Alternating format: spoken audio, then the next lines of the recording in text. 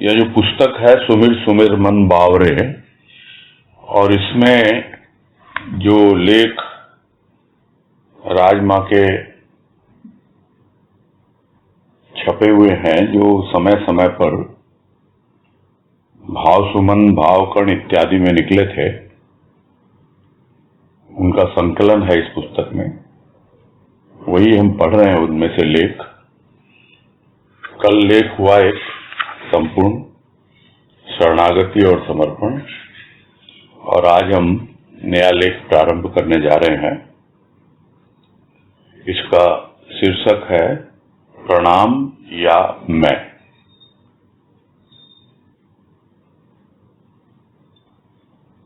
तो प्रणाम तो हम सब जानते हैं क्या होता है। प्रणाम प्रणाम का अर्थ होता है हाथ जोड़ना। प्रणाम का अर्थ होता है सिर झुकाना। प्रणाम का अर्थ यह होता है कि मैं सामने वाले को श्रद्धा करता हूं, रिस्पेक्ट करता हूं उसको। और इतना ही नहीं, यदि वास्तव में वो प्रणाम है तो प्राणी अपने आप को कुछ भी समझता नहीं, सामने वाले के तुलनात्मक रूप में कुछ भी नहीं महत्व। क्योंकि आप जिसको रिस्पेक्ट देते हो, जिसको श्रद्धा की दृष्टि से देखते हो, स्वाभाविक है कि आप उसको अपने से महान मानते हो। और नहीं तो प्रणाम करना मात्र एक शिष्टाचार होता है, एक फॉर्मेलिटी होती है। और दूसरा शब्द आया मैं, यानी जब तक मैं है तब तक भले ही हम प्रणाम करते जाएं, उस प्रणाम का हमें कोई भी परिणाम पॉजिटिव नहीं मिलेगा, यानी कुछ विशेष लाभ नहीं होता। प्रणाम करते हुए यदि मैं है तो फिर उसका कोई परिणाम मिलता नहीं है, और मिलता भी है तो हम किसी न किसी रूप में अपनी मैं को ही पोषित करते हैं और आगे बढ़ाते हैं। तो शीर्षक पढ़ के तो कुछ इसी प्रकार का भाव समझ में आ रहा है। देखते हैं अब राजमा किस रूप में इन बातों को रखते हैं। कह रहे हैं, प्रणाम का अर्थ सिर झुकाना ही नहीं, अहंकार झुकाना है। अर्थात किसी को महत्व देना है, आदर देना है, स्वयं अपने घर में, अंतर में स्वागत पूर्वक प्रतिष्ठित करना है। तो वही बातें हैं कि प्रणाम करना सिर्फ सर झुकाना ही नहीं है, बल्कि अपने अहंकार को झुकाना है। अब समस्या यह होती है कि प्राणी समझ नहीं पाता कि क्या उसे अहंकार है, और यदि किसी को कोई कह भी दे, दिखला भी दे, समझा भी दे कि देखो भाई तुम्हें बहुत अहंकार है, तो वो उस बात को मानने को भी तैयार नहीं होता। तो यही कहता है, अरे मुझे कहाँ अहंकार है, तुम्हें कुछ गलत फहमी हो रही है। जबकि वास्तव में जब तक प्राणी स्वयं अनुभव न करे इस बात का कि मुझे अहंकार है, तब तक उस अहंकार के झुकने का मार्ग प्रशस्त होता नहीं, आगे बढ़ता नहीं है।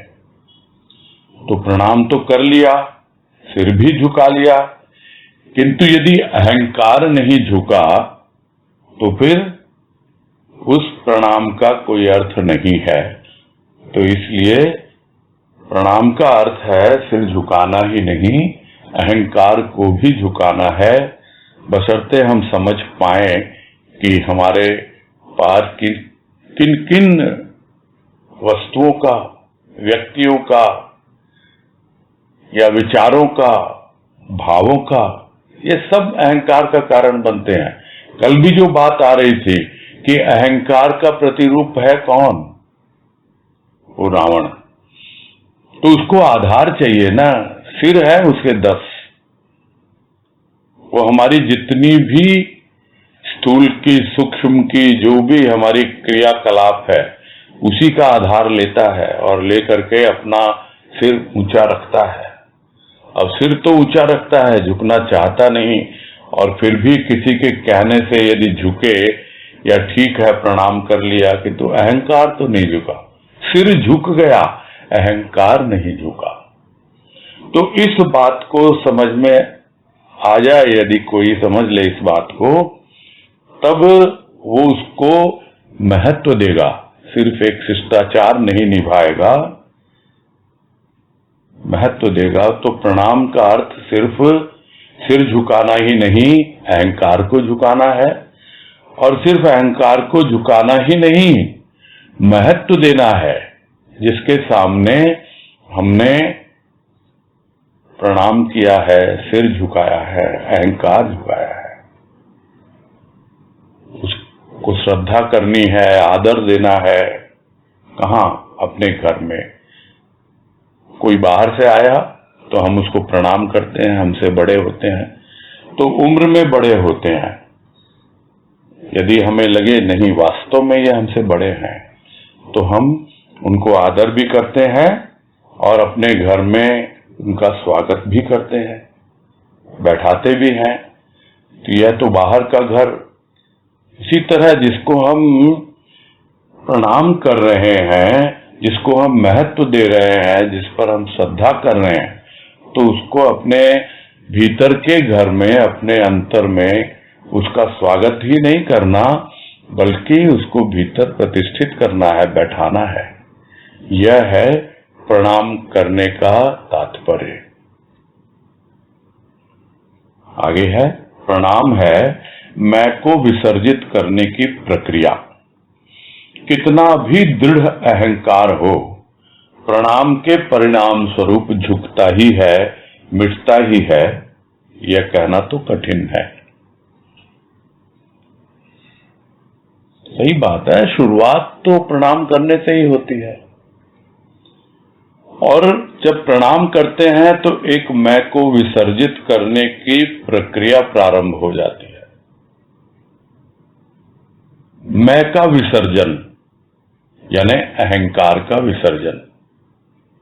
अब झुकने में और विसर्जन में बहुत अंतर है। डाली झुक जाती है किंतु फिर से तन के खड़ी हो जाती है, विसर्जित नहीं होती। विसर्जित होता है पत्ता, और वो भी प्राकृतिक रूप से। तो जब तक हमारी मैं, जो झूठी मैं है, वो पूरी तरह से सूख नहीं जाती सूखे पत्ते की तरह, तब तक वो डाली तो झुक जाती है, सिर तो झुक जाता है, किंतु वो अहंकार विसर्जित नहीं होता। वो छोटी छोटी चीजें, छोटे छोटे विचार, भाव, जिसके ऊपर हम अहंकार करते हैं, वो नहीं निकलते। वो जब तक नहीं निकलेंगे तब तक हम समझ नहीं पाएंगे विसर्जन की प्रक्रिया क्या होती है। तो यदि हम प्रणाम कर रहे हैं, इसका मतलब हम मैं को विसर्जन करना प्रारंभ कर रहे हैं, अपने अहंकार को गिराना शुरू कर रहे हैं। झुकाना अलग होता है, गिराना अलग होता है। जब गिराएंगे हम उसके चरणों में, तो फिर उस पे छोड़ दें कि अब वो क्या करता है। तो कितना भी मजबूत हो, पत्थर की तरह हो, चट्टान की तरह हो, तो जिसके सामने हमने प्रणाम किया है, सिर झुकाया है, और हमारा अहंकार कितना भी मजबूत क्यों न हो, वो सामने वाला, यदि हम तैयार हैं तो वो तो तैयार है हमारे उस अहंकार को विसर्जित करने के लिए। किंतु स्वाभाविक है, पत्थर के ऊपर जब चोट पड़ती है तभी वो टूटता है, तभी वो विसर्जित होता है। उसी तरह अहंकार पर जब चोट पड़ती है, सद्गुरु की वाणी के माध्यम से वो चोट करता है। बड़ा कठिन है, चुभती है बातें, चोट लगती है, किंतु उसके लिए जो तैयार है तो अवश्य ही अहंकार को विसर्जित करने की प्रक्रिया प्रारंभ हो जाती है। तो कितना भी दृढ़ अहंकार हो, प्रणाम के परिणाम स्वरूप तो झुकता ही है। हाँ, पूरी तरह मिट जाता है यह कहना कठिन है,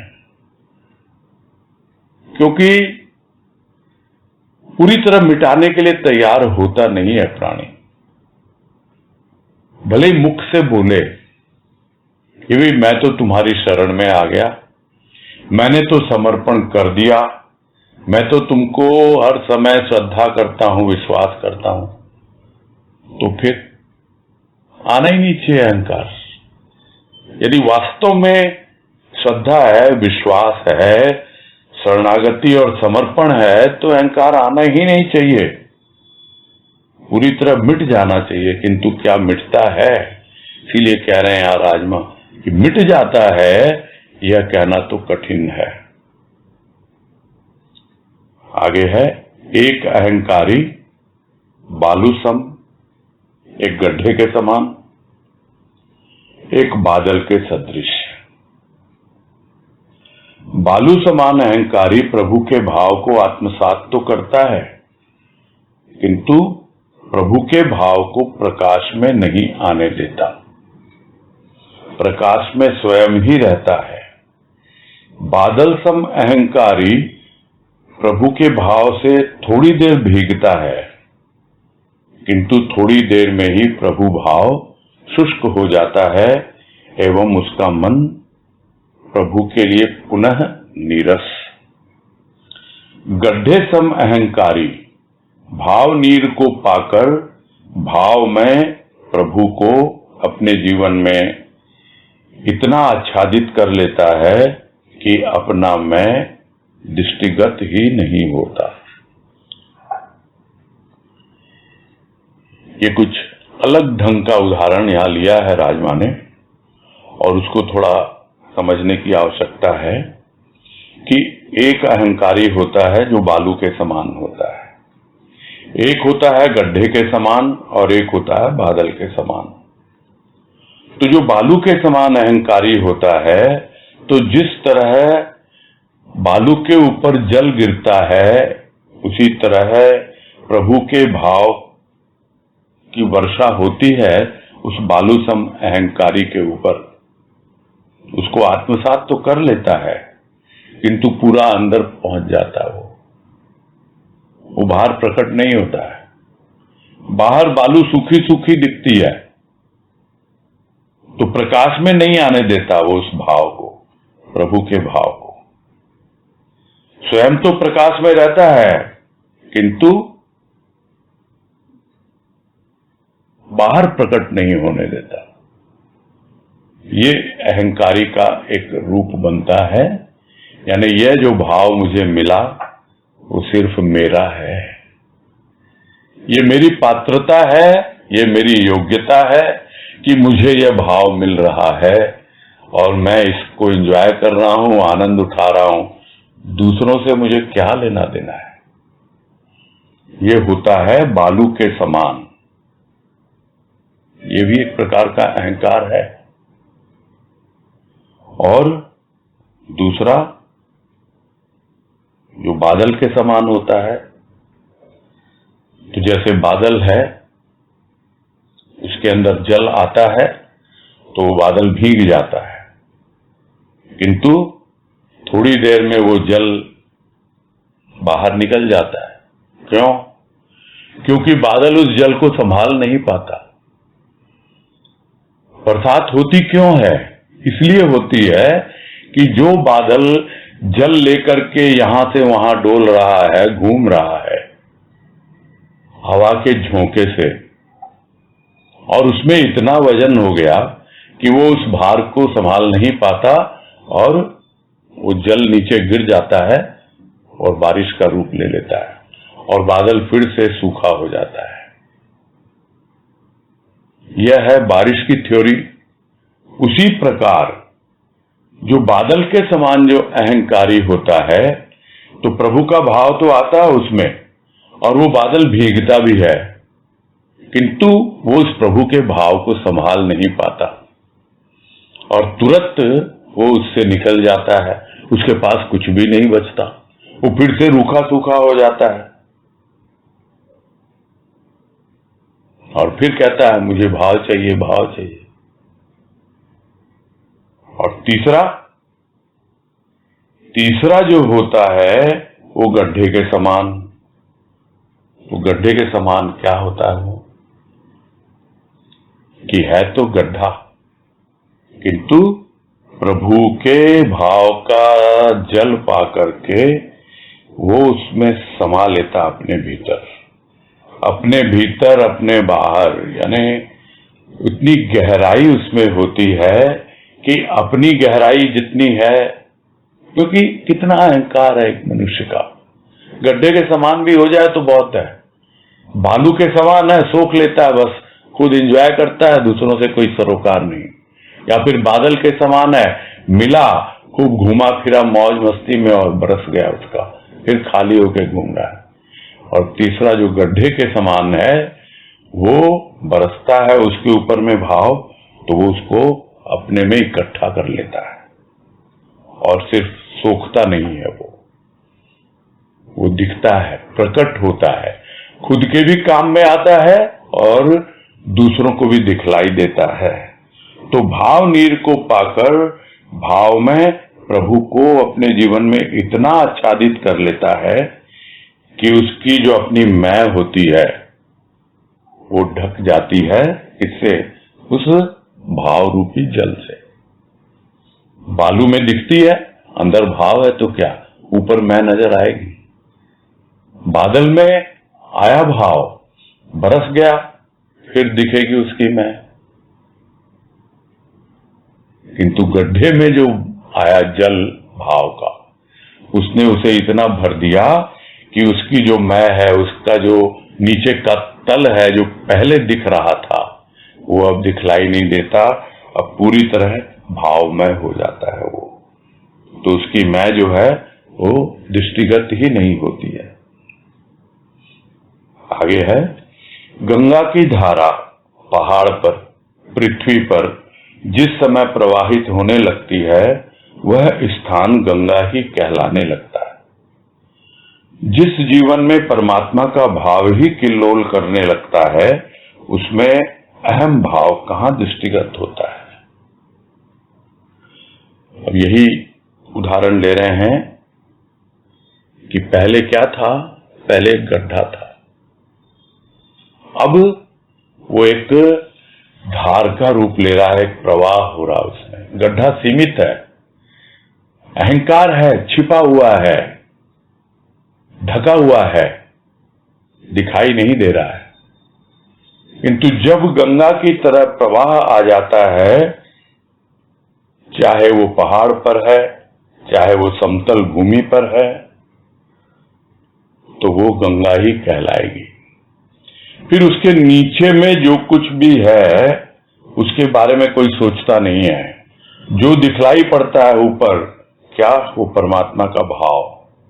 तो उसके जीवन में वो परमात्मा का भाव ही किल्लोल करता है और उसे सिर्फ और सिर्फ प्रभु के प्रेम और भाव से ही सरोकार होता है। भले ही हो उसके भीतर अहम भाव, किंतु वो अहम भाव कहां दृष्टिगत होता है, यानी नहीं होता। उसी को आगे समझा रहे हैं कि गंगा कितनी भी गहरी हो, उसे भूमि का आधार चाहिए। कहीं नीचे अवश्य ही भूमि है। भक्त के मन में, जीवन में, प्राण में परमात्मा का भाव ही समाया रहता है। भाव को ग्रहण करने के लिए सूक्ष्म में बहुत गहराई में पड़ा भी रहे तो क्या हानि है। साधारण प्राणी अहम में मस्त रहते हैं, अतः उनके जीवन में मैं प्रधान, मैं प्रकाशित एवं प्रभु गौण, प्रभु अप्रकाशित रहता है। वे पार्थिव भाव, देह भाव में ही मगन रहते हैं। जिस प्रकार पृथ्वी के नीचे जल है उसी प्रकार उनका पार्थिव भाव मैं प्रधान होने के कारण प्रभु छिपा ही रहता है।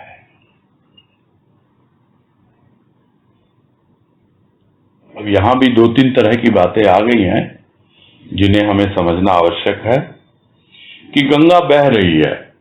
पहले एक गड्ढा था, उसको समझ में आ गया, अब वो गंगा से जुड़ गया और गंगा बह रही है।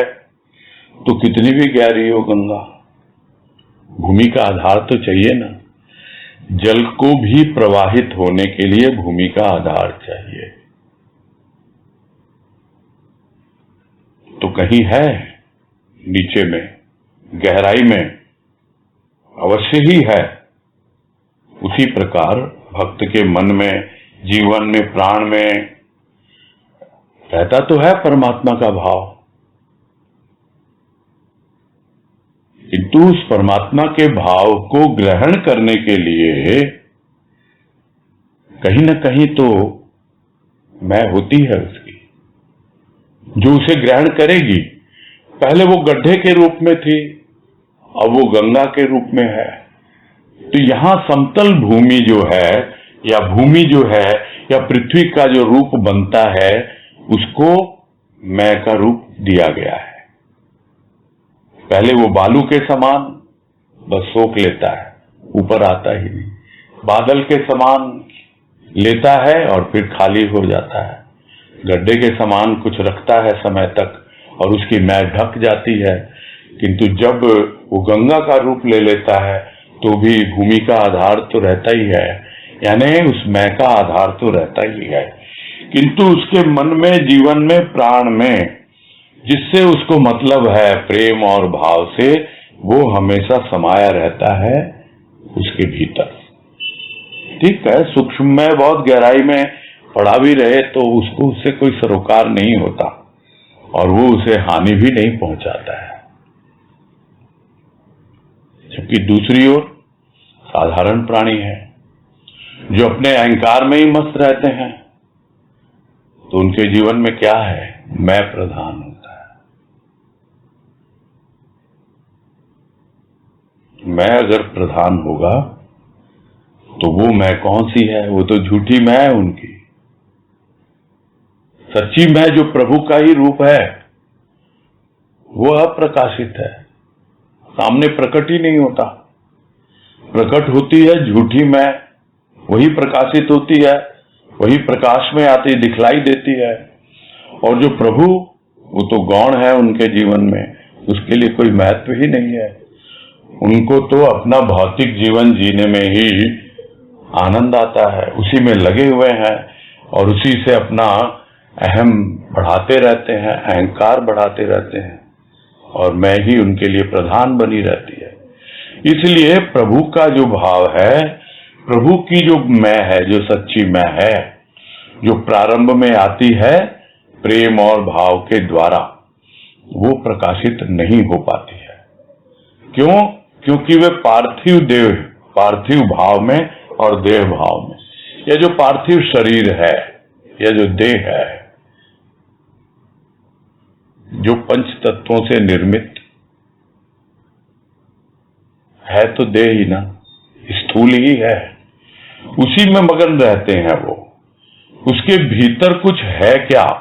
लोग कहते हैं मिट्टी का है ये शरीर, तो हाँ मिट्टी का है, किंतु उस मिट्टी के भीतर में जल है क्या? इसका पता है वो तुमको?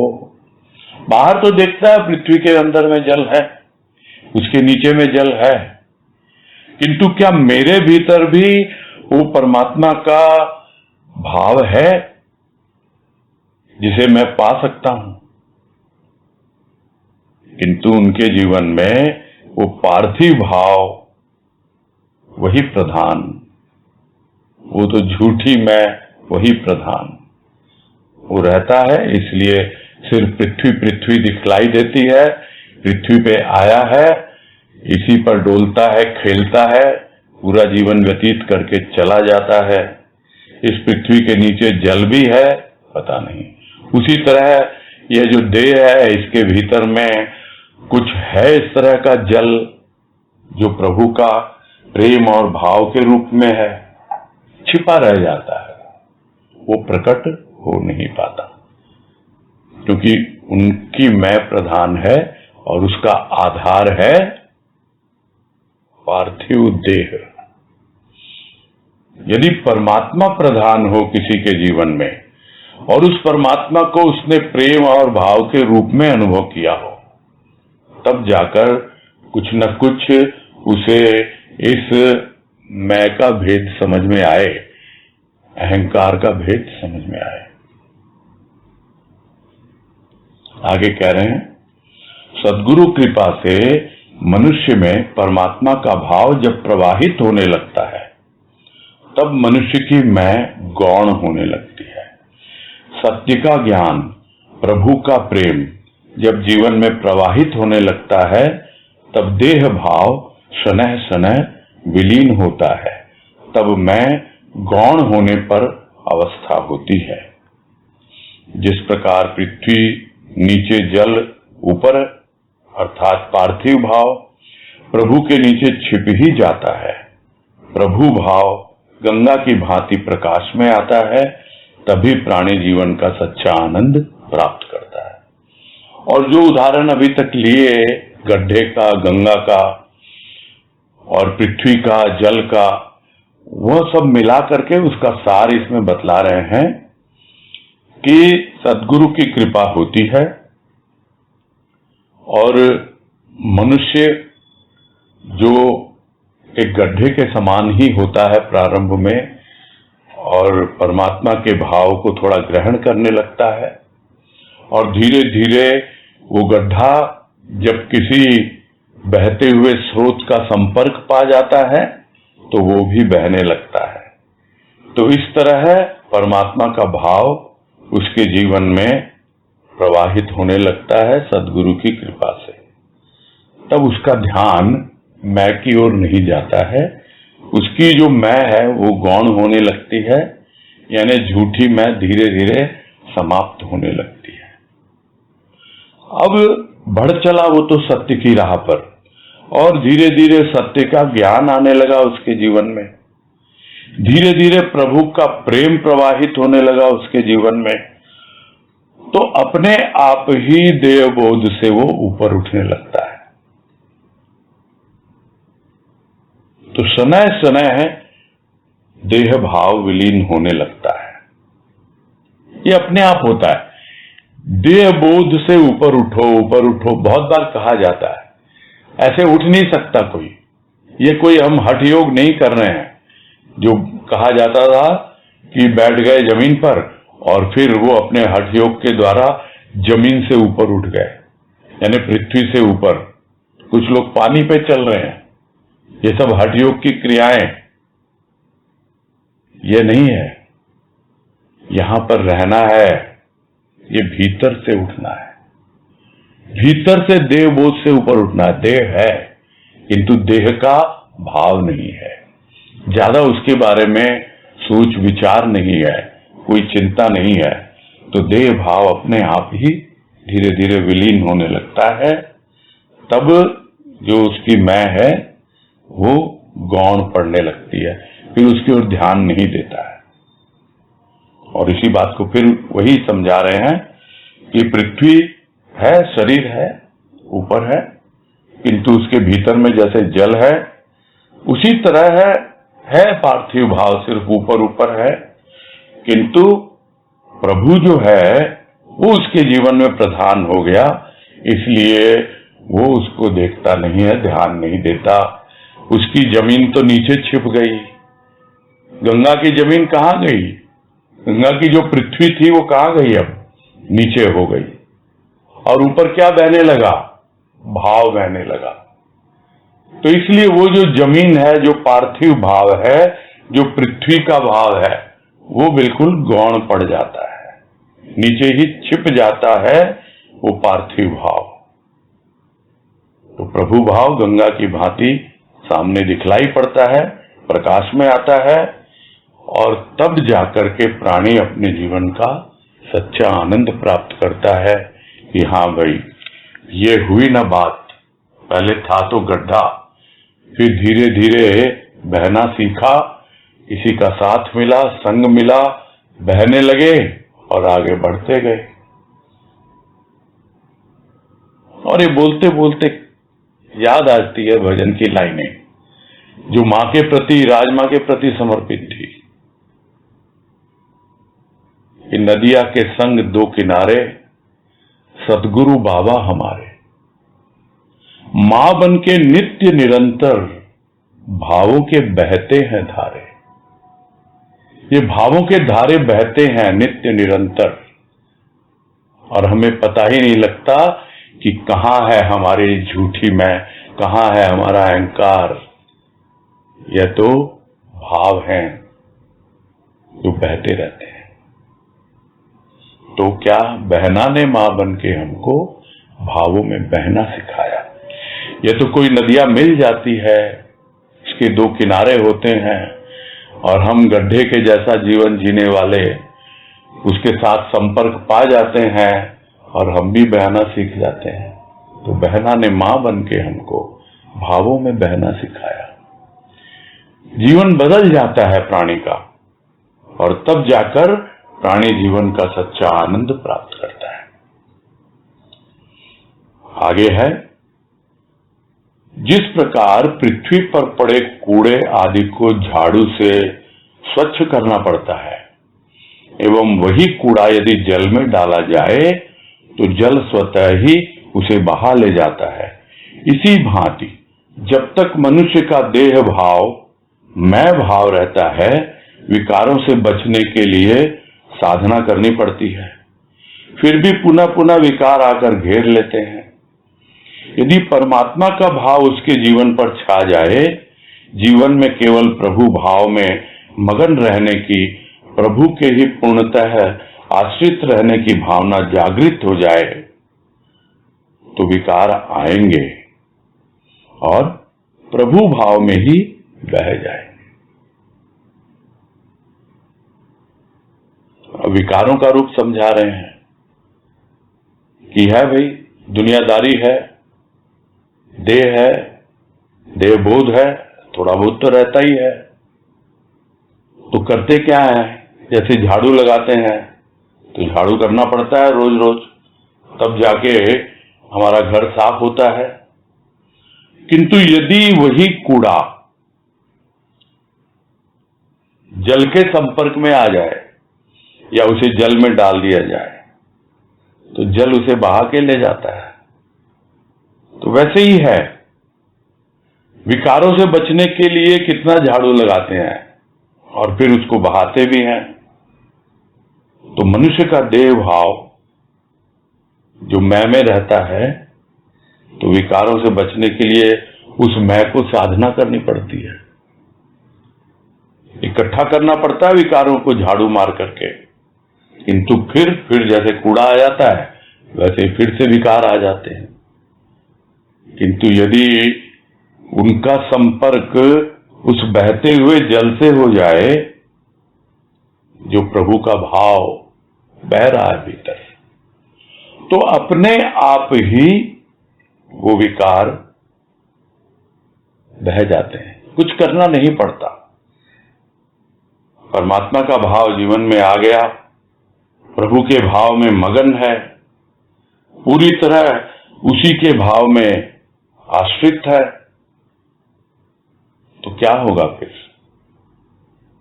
विकार आएंगे किंतु ठहरेंगे नहीं, प्रभु के भाव में बह जाएंगे। जैसे गंगा सब कुछ बहा के ले जाती है, छोटे मोटे कंकड़ पत्थर तक बहा के ले जाती है, कूड़ा कचरा वो भी बहा के ले जाती है। वैसे ही है, जिसको सिर्फ और सिर्फ प्रभु के भाव से सरोकार है, वो इन विकारों के कूड़े की ओर, जिसका प्रमुख स्रोत है अहंकार, उसकी ओर ध्यान नहीं देता। वो जो पहले उदाहरण दिया कि उसकी जो भूमि है वो बिल्कुल नीचे आ जाती है, तो पृथ्वी का भाव देहबोध रहता ही नहीं, उसे तो सिर्फ और सिर्फ बहने से मतलब है। और जब बहता है तो विकारों से भी उसे कोई मतलब नहीं। अपने आप विकार आते हैं और बहते हुए भाव के साथ निकल जाते हैं। तो ये जीवन होता है भक्त का, जो भाव में बहना सीख जाता है। तो ये लेख छोटा सा ही था, यही संपूर्ण होता है, जो भाव सुमन 13वें पुष्प में प्रकाशित हुआ था।